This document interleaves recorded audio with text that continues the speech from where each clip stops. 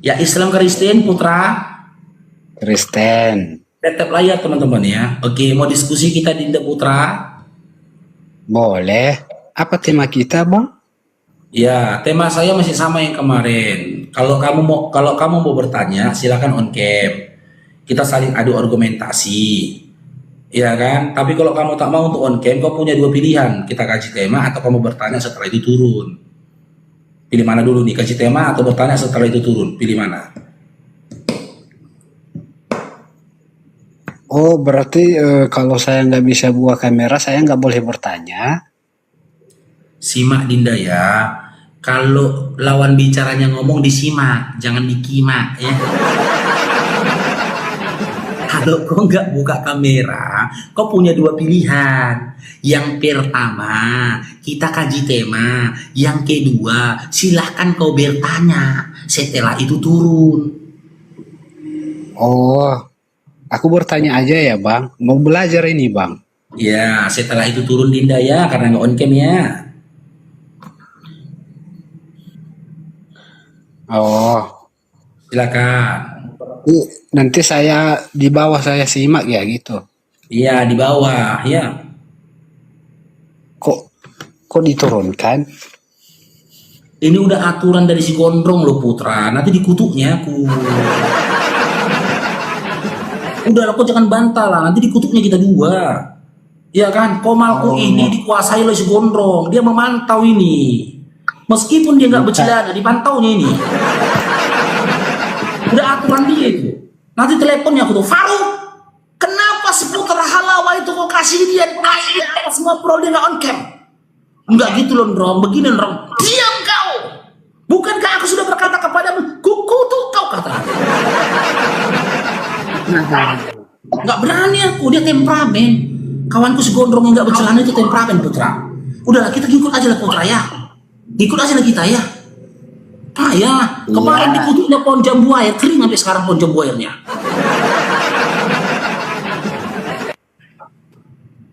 Silakan Putra bertanya.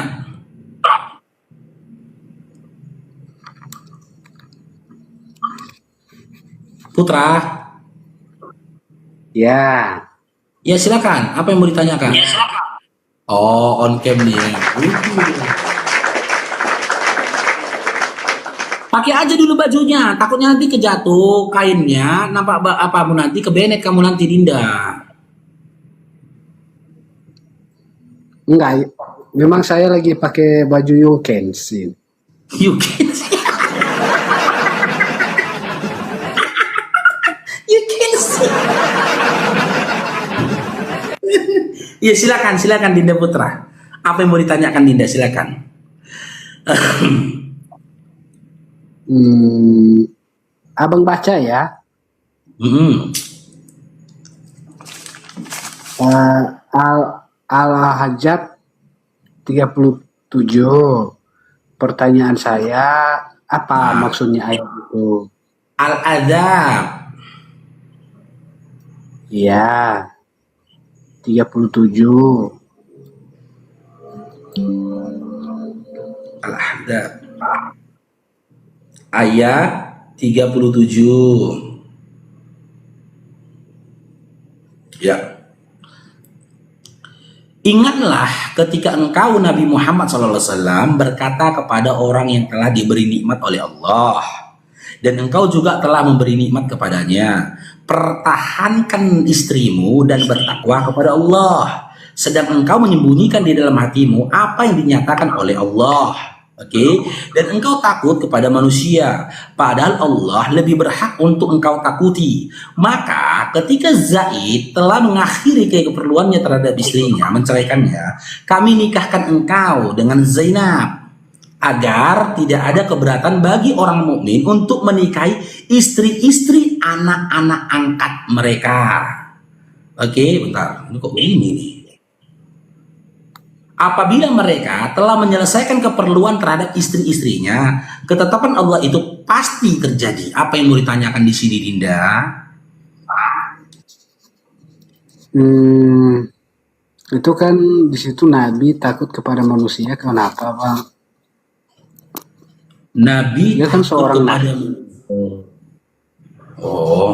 Jadi gini, saya jawab ya, Nabi itu dari golongan manusia, wajar dia punya takut juga. Jadi bukan Nabi Muhammad SAW saja dikisahkan punya takut kepada manusia. Musa juga ketika di lembah tua, dia takut juga kepada Fir'aun. Ada ayatnya di Bible bu? Gimana? Musa itu takut kepada manusia. Gimana? Ada ayatnya di Bible Musa itu takut kepada manusia. Di Al-Quran loh Dinda. Kan kita kaji Al-Quran ini tadi kan. Kan saya bilang di dalam Al-Quran dikisahkan bukan cuma Nabi Muhammad SAW saja. Terkadang punya rasa takut atau sungkan. Musa juga gitu loh. Musa kan berkata, ya Allah ya Tuhanku, sesungguhnya aku telah membunuh golongan dari mereka, yaitu orang-orang Mesir. Aku takut nanti dia akan membunuhku, maksudnya Fir'aun. Takut juga Musa sama Fir'aun gitu loh. Kenapa nggak itu nggak kita kaji gitu loh? Gimana? Yang ketiga nih, Yesus yang sekelas Tuhan saja bagi kalian pun takut sama manusia.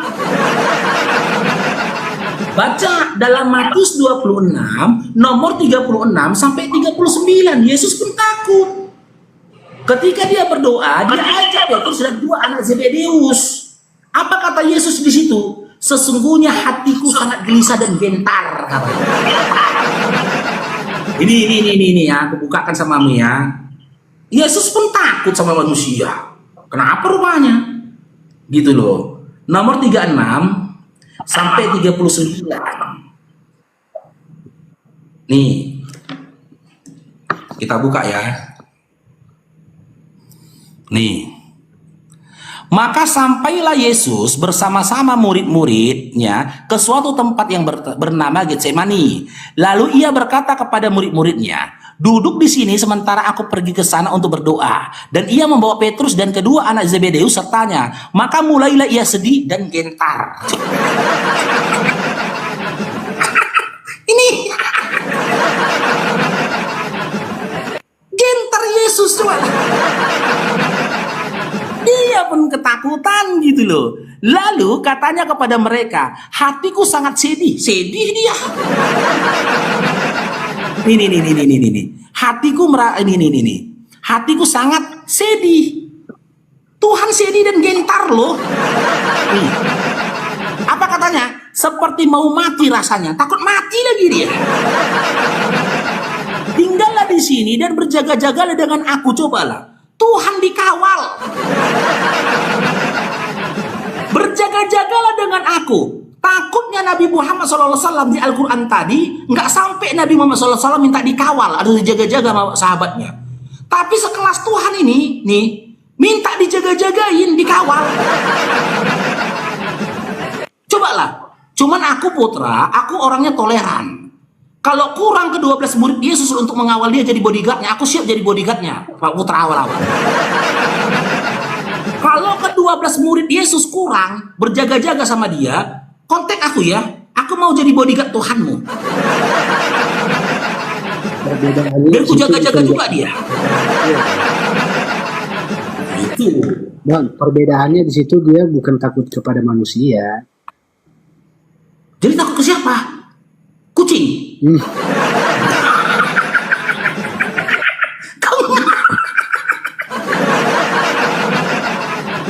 Abang kau ini putra Master Bidel. Kau baca di ayat sebelumnya, kenapa dia sampai ke Taman Getsemani? Dia menghindar dari buruan tentara Romawi yang mau menangkapnya. Penangkapan di Getsemani ini ceritanya. Enggak, dia takut sama siapa? Gini aja lah ya. Kita anggap ya, dia enggak takut sama manusia. Walaupun kita tahu ya, Matius 26, kalau kau baca dari nomor 4-nya, seterusnya sampai ke nomor itu tadi, kau kan tahu kenapa Yesus sampai ke Taman Getsemani. Dia lari, dia diburu. Sembunyi dia. Dari siapa? Dari kejaran tentara Romawi. Mananya kau? Makanya aku bilang, kenapa kalian masih Kristen? Karena kalian nggak tahu Bible kalian. Abang kalian yang sudah master di Del malahan jadi Islam. Ya udah coba, menurut mimpi dan angan-anganmu, Yesusnya takutnya sama siapa?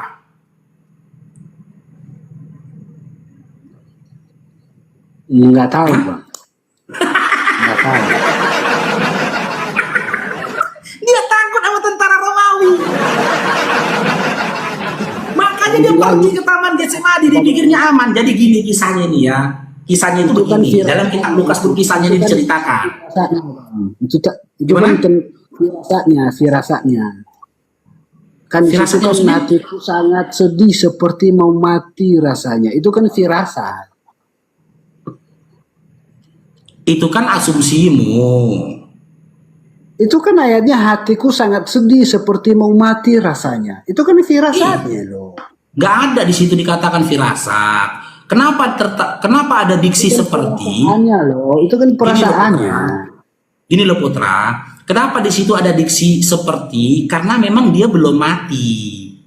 Seperti mau mati karena memang kenapa dia mengatakan seperti mau mati? Karena memang dia belum mati. Gitu loh. Jadi bukan tentang firasat, ya. Walaupun kita bawa, oke lah, aku ikuti narasimu, asumsimu mengarah kepada firasat. Masa Tuhan punya firasat takut mati? Masa Tuhan punya firasat takut sama tentara? Enggak pantas loh. Dia di sini dalam keadaan daging. Gimana? Dia di sini dalam keadaan daging. Kan daging kan ya memang daging lah dia. Yang bilang diperkedel siapa Putra? Itu tengah menjadi manusia. Ya memang daging dia, cuma nanya kau. Yang bilang dia plastik, aluminium, nikel, PVC siapa? Gak usah kau jelaskan itu pun kami tahu Yesus itu daging. Gak pernah orang di luar Kristen mandang Yesus itu nikel, tembaga, PVC. Abang bilang kan Tuhan. Kok lucu-lucu kali Glenn malam ini? Kok lucu-lucu kali Glenn malam ini Ten? Kok lucu-lucu kali Glenn? Aku lagi asam lambung ini loh. Coba kalau Glenn lucu, aku lagi sehat gitu loh. Janganlah lagi asam lambung gitu loh, gak enak ketawanya. Memang daging dia Putra, aku gak ingkarin itu, memang dia daging gitu loh. Gak pernah aku bilang dia itu besi, tembaga, nikel, enggak. Mana sih Putra ini? Coba gini Putra, fokus ya, fokus. Fokus, oke? Nah, cari alasan lain, Dinda. Alasan lain cari alasan lain. Kalau mau ngeles yang lain, jangan yang kayak gitulah. Geli kali, lucu kali rasanya. Apa alasan yang lain? Kenapa dia takut? Nggak tahu.